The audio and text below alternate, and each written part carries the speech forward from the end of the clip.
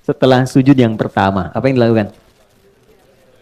Ah, yang dilakukan bangkit dari sujud. Oh, langsung gitu. Bangkit dari sujud. Bagaimana cara bangkitnya? Seperti apa posisinya dan apa yang dibacakan? Setelah tahu caranya, maaf tangan diri.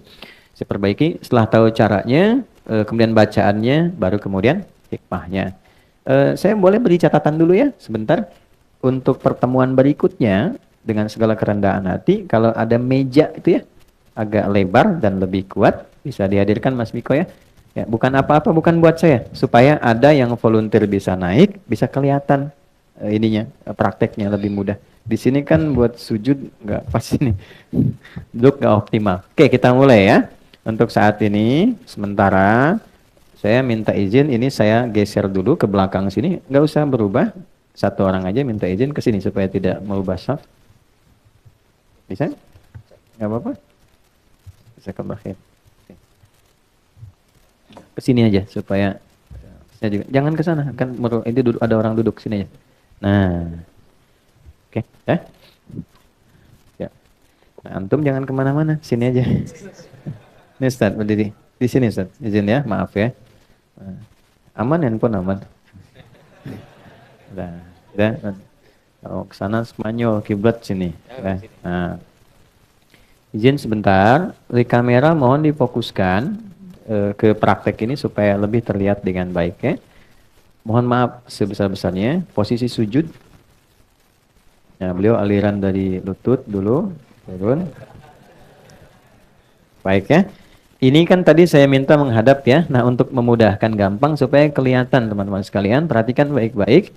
Ini ya, posisi tangan seperti pernah saya sampaikan, itu normal saja. Dari mulai bertakbir seperti ini, kan posisi di sini. Nah, posisi nempel di sujud itu begini. Ini tinggal ditempelkan aja. Ya. Jadi bisa di sini, bisa seperti di sini. Nanti tinggal ditempelkan saat sujud. Jadi tidak harus ke depan begini ya. Kan ada yang salah paham tuh, jangan ketawa lagi sujud. Praktek. Jadi ada yang memahami keliru, memanjangkan sujud itu dipahami memanjangkan tangan, bukan memanjangkan doa. Tangan tetap di sini ya. Satu. Kemudian yang kedua, ini tidak menempel ke sini ya. Ya, jangan nempel, jangan nekan. Ini diingatkan kuat oleh Nabi karena apa? Itu bisa menekan diafragma. Ya, darah sedang dipacu, kuat ke jantung ke otak, ini ditekan, bisa bahaya. Jadi tetap dibuka sampai Nabi itu mengilustrasikan kalau anak kambing lewat bisa masuk. Ya kan? Itu ilustrasi kiasan ya. Jangan untuk mukul anak kambing datang lewat, tidak. Kan itu juga orang Arab yang zaman dulu gitu. Ini maksudnya ada ruang. Kemudian itu sudah kening, sudah menempel, dua telapak tangan, dua lutut. Nih bagian kaki, maaf ya, ini menutup sudah bagus, bukan terbuka ya lututnya. Mohon izin Ustaz menghadap ke arah papan tulis ke sini. Izin. Nah ini bagian kakinya. Ya. Jadi ini tertutup begini, jadi tidak membuka begini, ya. Tutup seperti ini. Nah, enggak pakai tutup aja. Udah. Nah, sekarang kita akan langsung bangkit dari sujud. Ustaz bangkit silakan. Ya, Allahu Akbar. Nah, tahan. Izin ya. Saya soroti yang pertama hadis riwayat At-Tirmidzi. Ya, kita lihat baik-baik teman-teman sekalian. Yang pertama, kaki sebelah kiri, pastikan kiri ya. Kaki yang kiri dilipat begini lalu diduduki. Sudah? Nah, bisa dilihat posisi di sini sudah bagus, yang kiri dilipat begini. Nah, lalu diduduki. Dah? Dibentangkan. Bentangkan itu dalam bahasa Arabnya tuh firash. Berusaha membentangkan iftarash. Makanya kasur disebut firash karena terbentang begini. Oke, sehingga membuat nyaman. Jadi bentangkan dengan nyaman. Kalau ada masalah bengkak jangan dipaksain. Ya, sehingga membuat luka kepada fisik. Nanti ada cara yang lain. Bentangkan, duduk sampai terasa enak. Yang kanannya tegakkan, jarinya dilipat menghadap ke arah kiblat. Ya. Ini yang kanan, ya, tegakkan, jarinya dilipat menghadap ke depan ke arah kiblat. Itu sudah bagus posisi kakinya. Jelas? Baik, ini dulu. Kemudian badan ini tegak, tidak bungkuk ke depan, tidak ke samping kanan, tidak ke kiri atau ke belakang. Tegak saja, pandangan, ini pandangan ke tempat sujud ke depan. Baik ya? ke tempat sujud begini. Kalau kita di depan Ka'bah, boleh ke Ka'bah ke depan. Jelas ya? Baik. Nah, ada juga yang ulama mengatakan pandangan ke depan, boleh depan atau tempat sujud. Karena itu dianjurkan berpakaian yang pantas, yang baik, sehingga tidak mengganggu dari pandangan orang lain. Oke? Pakai sholat, pakai kaos, tutup aurat, bagus. Depannya Ronaldo, belakangnya Messi, misalnya kan jadi masalah tuh, gambar-gambar repot. Kemudian tangan, ini, izin Ustaz menghadap ke sana, supaya kamera bisa melihat. Baik. Letakannya di mana? Nah ini ya. Nah, diletakannya itu di atas lutut sedikit, bagian paha ujung dekat ke lutut. Ya, jadi bukan nutup lutut begini atau ditarik ke belakang begini, cukup didekatkan ke lutut dan terurai begini. Terurai saja, santai saja gitu ya, tidak menekan begini atau melepas begini, terurai seperti biasa begini. Jelas sampai sini? Baik, silakan kembali, jazakallahu khair. Baik, sekarang perhatikan baik-baik. Tadi duduk ini dilakukan setelah apa? Sujud kan? Baik. Kita tadi setelah mendengar bersama uraian bahwa sujud itu kan posisi paling dalam saat seseorang merendah. Dengan menempelkan bagian terhormat di kepalanya kan? Berarti kan? Seorang yang biasa merendah di hadapan Allah, maka Allah akan mengangkat derajatnya dengan lebih baik dibandingkan orang yang selalu meninggikan dirinya. Rumus dalam sholat, kalau orang biasa tinggi, Allah pasti rendahkan. Tapi kalau orang biasa merendah, Allah pasti tinggikan. Itu poin utama. Kalau Anda baru sampai level ruku, Allah angkat. Tapi baru sampai i'tidal. Diangkat derajat i'tidal. Tapi kalau Anda sudah bisa sujud, Allah angkat dalam posisi yang santai. Sambil duduk pun anugerah datang. Itulah sebabnya orang yang sujudnya baik dan sempurna, minimal akan diberikan pada keadaan dirinya 6 hal hadis riwayat Ibnu Abbas, atau maksimal sampai 8 hal dalam kehidupannya. 1 ampunan, Rabbighfirli. 2 kasih sayang, warhamni. 3 penjagaan dari sifat buruk, wajburni. 4 diangkat derajatnya, warfa'ni. 5 diberikan limpahan rizki bahkan tak terbatas, warzuqni. 6 diberikan petunjuk dalam menjalani segala hal, wahdini. Ya, kemudian yang ke-7 diberikan penjagaan, hadir dalam lingkungan yang sehat dan baik, wa'afini. Ke-8 dijaga dari perbuatan-perbuatan salah, fa'fu anni. Oke? 8. Bisa 6 dengan 2 bagian terakhir itu tidak dimunculkan karena terwakili dari yang sebelumnya, atau 8 dimunculkan lagi untuk penegasan sebagai penguat. Baik? Nah, jadi kalimat yang pertama setelah bangkit dari sujud kan diangkat ya, dapat anugerah. Inilah yang paling dahsyat. Di semua riwayat walaupun ada perbedaan urutan, tapi kalimat pertamanya sama. Rabbighfirli. Ada yang pakai Allahumma, yang 6 bacaan Allahumma firli. Allahumma gfirli, Rabbighfirli. Ini luar biasa secara etik, luar biasa. Islam itu selalu menjaga keseimbangan. Walaupun Anda dalam posisi terangkat, dapat promosi jabatan, dapat proyek besar dan sebagainya, tetap selalu merendah untuk mengevaluasi diri. Jangan karena kedudukan terangkat, promosi, dapat proyek besar, merubah kebiasaan jadi nggak kenal kawan yang selama ini membantu. Nggak nyapa teman gitu, stylenya berubah. Nggak apa-apa membentuk kepribadian yang lebih baik dengan posisi tinggi, tapi tetap humble itu penting. Karena itu Nabi ketika diinfokan di awal, kamu akan menaklukkan Mekah dengan begitu damai. Dan banyak orang masuk Islam, tapi bagian akhirnya itu indah. Bukan senang-senang, bukan pesta. Lihat kalimatnya. Idza jaa nasrullahi wal fath wa ra'aitan nasa yadkhuluna fi dinillahi afwaja fasabbih bihamdi rabbika wastaghfir. Malah diminta istighfar. Coba Anda bayangkan, pemimpin besar menaklukkan satu wilayah yang selama ini tidak mudah, mengeluarkan beliau dari situ, diusir, dihina, dipersekusi, temannya dieksekusi. Begitu diinfokan, kamu akan masuk ke situ dengan damai, tenang, nyaman, orang banyak masuk Islam. Tapi perintah Qurannya apa? Istighfar ya. Kenapa? Supaya jangan ada perasaan jumawa saat masuk seakan merasa yang paling hebat. Padahal yang mengantarkan Allah. Kalau ditugaskan di perusahaan baru, Anda masuk ke ruangan, dihadapkan pada karyawan, jangan merasa tinggi dulu. Siapa yang mengantarkan Anda ke situ? Bersikaplah humble biasa. Hargai orang-orang di sekitarnya. Apresiasi kinerja mereka. Terima kasih. Dengan kinerja Anda semua yang ada di sini, Anda membantu saya untuk hadir berpartner bersama Anda hadir di sini. Walaupun memang penugasan kepada saya sebagai seorang pimpinan, ini tidak mengurangi kinerja dan kebersamaan kita sebagai seorang teman. Ini spirit pertamanya. Jadi kalau ditempatkan dalam posisi tinggi yang nyaman pun, jangan lupa untuk koreksi diri. Itu poinnya. Dan ini diajarkan dan perintah langsung dari Allah kepada Nabi SAW. Orang yang terbiasa menempatkan diri seperti itu dalam setiap kondisi dan keadaannya, maka apa yang terjadi? Warhamni. Allah turunkan rahmat yang menyayangi dan meliputi ia dalam setiap gerak dan langkahnya. Warhamni.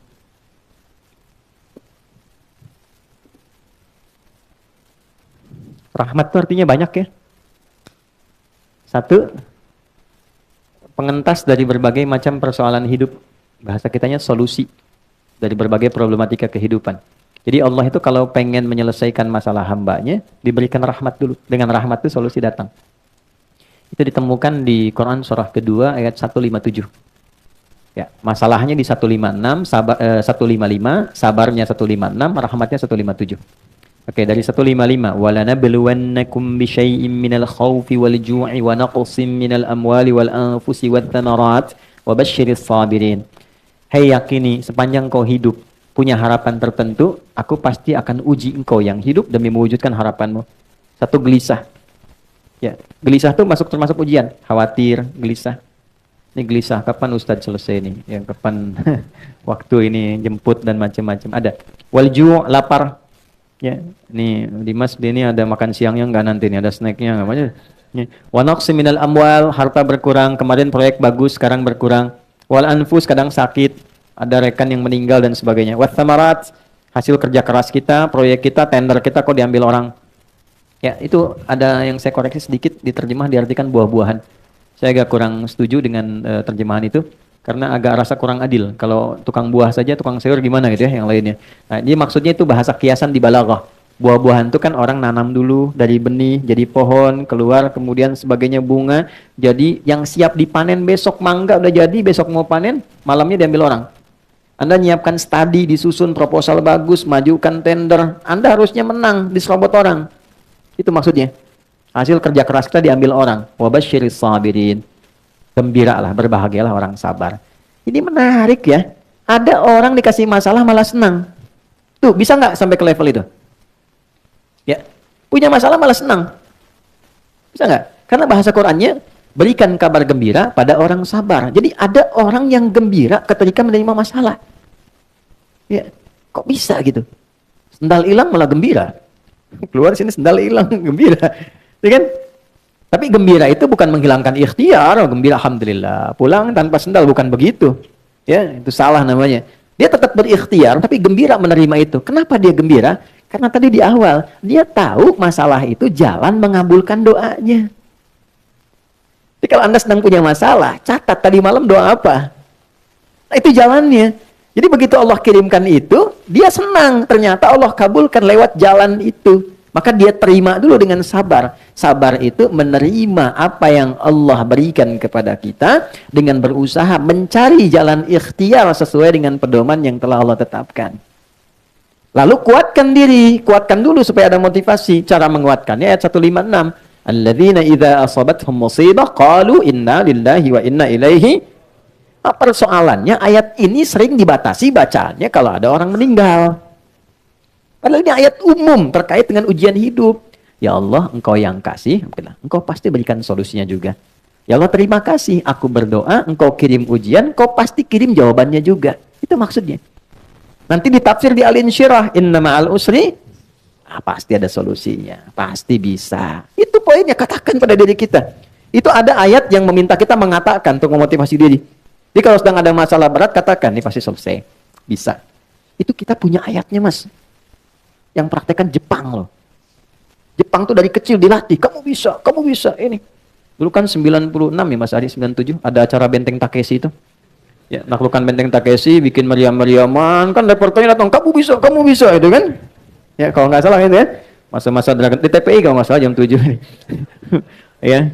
Kan ada Dragon Ball tuh yang tulisan Sasuke Watanabe ya. Kemarin kan pengisinya baru meninggal tuh. Saya hafal itu, tahu saya.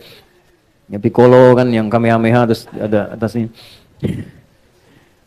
Tapi saya nggak banyak nonton, cuman ini aja tahu ini gambaran. Tapi saya melihat bahwa ini fitrah manusia. Kan kalau sudah di Kamehameha itu mati, terus di atasnya kan ada bulatan ya. Bulatan itu kan sukun. Sukun itu kan bulat, sukun itu kan tenang. Jadi kalau meninggal, usahakan pulangnya tenang. Ya ayat Tuhan nafsul mut, hei jiwa-jiwa yang tenang. Fitrah itu nggak bisa dihindari. Nggak bisa dihindari. Ya perubahan apapun melahirkan kebaikan. Sensei ya kalau pindah beralih itu kan pasti jadi udah nih kebanyakan. Dah sini aja nih, dah. Nah, kalau sudah terasa motivasi diri kita baru ayat 7-nya ulaika alaihim shalawatum mir rabbihim. Orang-orang yang selalu memotivasi diri ketika diuji, itu dipuji oleh Allah. Nah, dia menerima itu dan meyakini sebagai pemberian Allah. Dipuji. Anda dipuji pimpinan, tokoh besar di Indonesia begitu senangnya. Kenapa nggak senang dipuji Allah? Ya? Setelah dapat pujian, warahmah, ulaika alaihim shalawatum mir rabbihim warahmah. Ini dikasih rahmat, begitu rahmat diberikan, wa ulaika humul muhtadun. Dibimbing oleh Allah untuk mendapatkan solusi. Jadi orang-orang yang sujudnya benar, ketika bangkit dari sujud, di antara anugerah terbesarnya adalah Allah selalu menghadirkan solusi dalam setiap masalah hidupnya. Gitu. Makanya seakan-akan gak punya masalah. Padahal hidupnya banyak persoalannya. Tapi Allah sudah ringankan sebelum dia dapatkan. Karena sujudnya banyak. Tawakalnya banyak. Apa dikira jadi ustadz itu gak punya masalah? Tidak. Masalah antum kan diserahkan ke saya juga. Nanti habis ini pertanyaan tuh. Saya sebelum kesini dapat kertas. Baru datang kertas banyak tuh. Masalah semua tuh. Soal rumah tangga orang, kreditan motor, riba ini, macam-macam. Sampai masalah-masalah yang spesifik. Ya. Nah itu hal-hal demikian, insya Allah Allah ringankan. Sepanjang apa? Terkoneksi sama Allah. Yang punya solusi Allah, yang punya rezeki Allah, yang punya ketenangan Allah. Kenapa nggak kita sambungkan diri kita dalam sujud? Nggak ada yang paling enak dalam sujud. Punya persoalan, ambil wudhu, hadap kiblat, sholat, sujud, tumpahkan. Nggak apa-apa, nangis nggak apa-apa, tumpah. Keluar enak. Udah itu tenang. Allah tuh ngasih tenang dulu sebelum solusi. Itu pasti tenang dulu. Kalau sudah tenang, jiwanya nyaman. Jiwa yang tenang melahirkan kreativitas yang cemerlang. Catat tuh, bikin statusnya.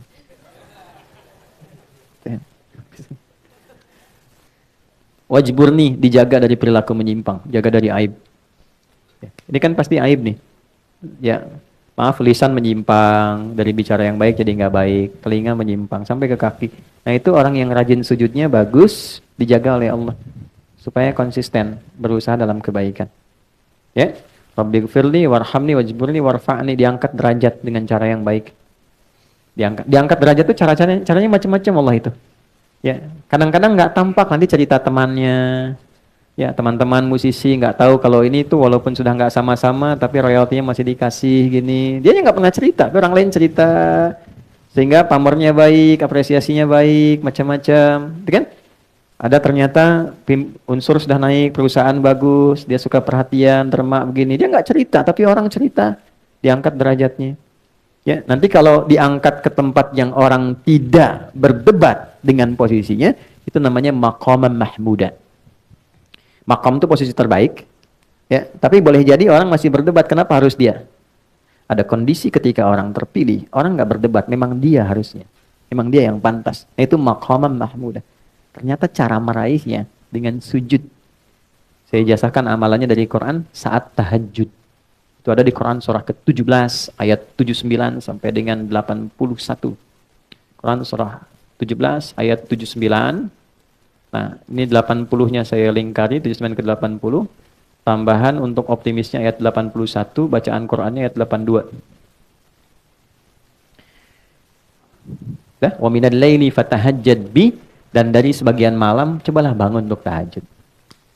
Allah nggak minta semuanya, sebagian aja. Walaupun 5 menit, 10 menit, 15 menit, nggak apa-apa, yang penting terpenuhi itu. Yang dituntut apa? Ikutin. Kalau di Al-Muzammil tuh sindirannya halus tapi tajam.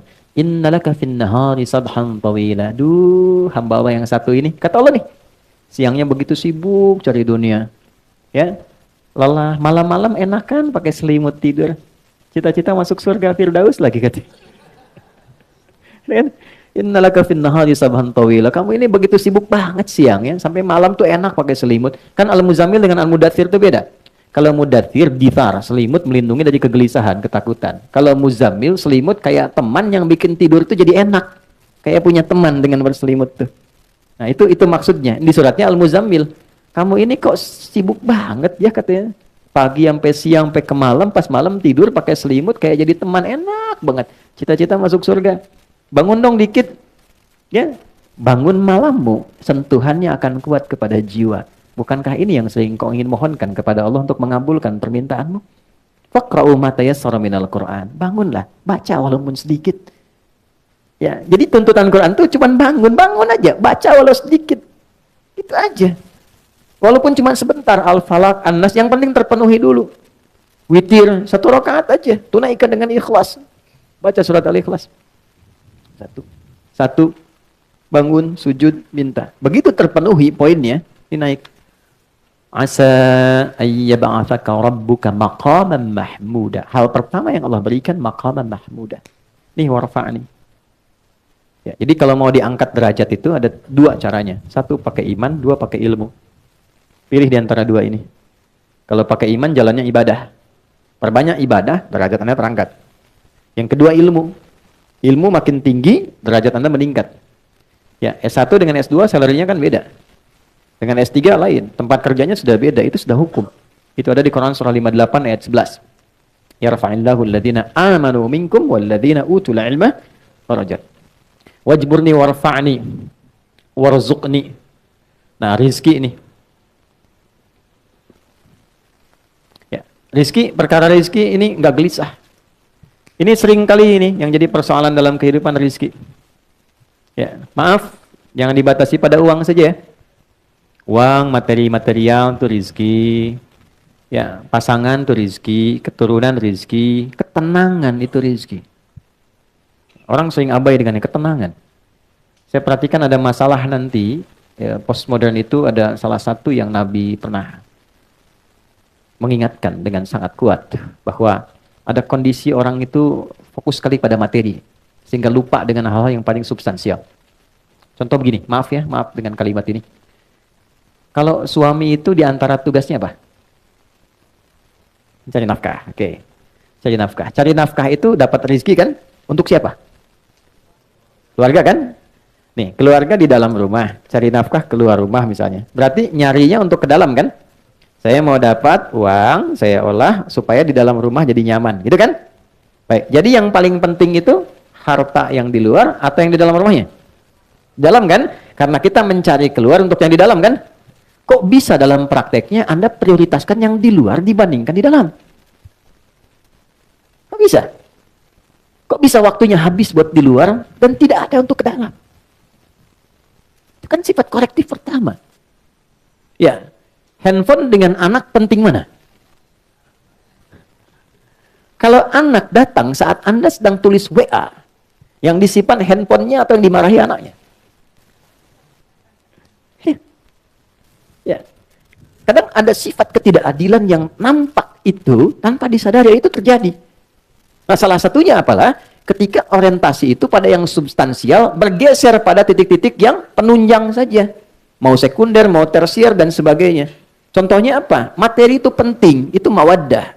Kan ini musyawarah tuh, muda, sakinah, mawaddah dan rahmah. Mawaddah itu kan nomor 2 setelah sakinah. Apa itu mawaddah? Dari kata maddah, cinta yang dihadirkan dari pemberian fisik, material. Istri cemberut di rumah. Anda datang ingin menyenangkan, datang dengan cinta, pemberian materi. Sayang, Assalamualaikum, kayaknya kenal deh, Masya Allah. Mas nengok gini, ini ada hadiah, emas 2 kilo ya kan, masih ya, sembuh. Sehat lagi gitu, bagus lagi. Nah itu mawaddah.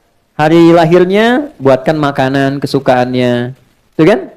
Dan sebagainya, itu mawaddah namanya. Tapi yang duluan itu sakinah, karena mawaddah tanpa sakinah hampa. Ya, kaya, tapi nggak pernah tenang, nggak nyaman. Itu deh yang perempuan ibu deh, pilih ya. Kaya tapi gelisah, atau miskin tapi tenang. Nggak ada pilihan ketiga, 2 aja. Saya tahu kaya tapi tenang. Coba, kaya tapi gelisah, atau miskin tapi tenang, pilih mana? Nah, ini menunjukkan sakinah itu di atas mawaddah. Anda boleh juara di perusahaan hebat ini, tapi ketenangan nggak ada. Rumah nggak tenang, nggak nyaman, ada kasur tidur di lantai, ya, sama anak nggak nyapa, sendirian, sampai rumah masih ruang kerja sendiri. Ngapain?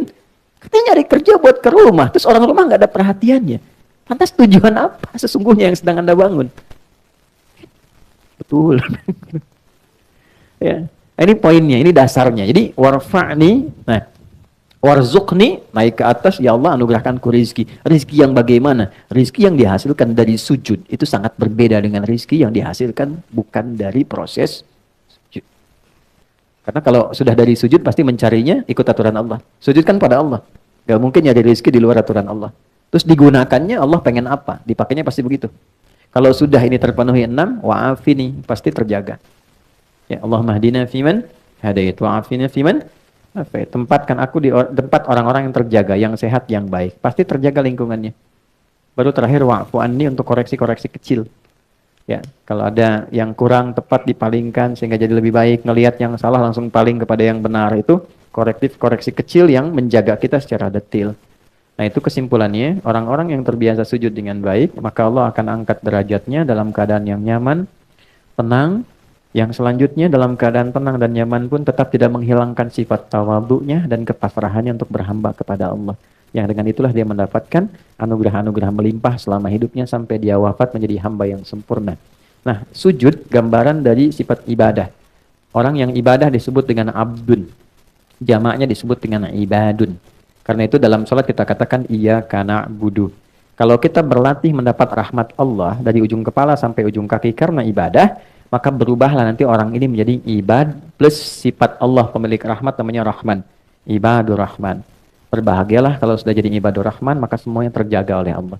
Wa ibadur Rahmanil ladzina yamshuna 'alal ardi hauna wa idza khatabahumul jahiluna qalu salama. Di ibadur Rahman itu kalau sudah hadir dengan demikian, itu berkah. Tempatnya berkah, lingkungannya berkah, teman-temannya nyaman, dan kemanapun dia beraktivitas selalu terjaga dalam keadaan terhormat. Itu materi kita di kesempatan kali ini.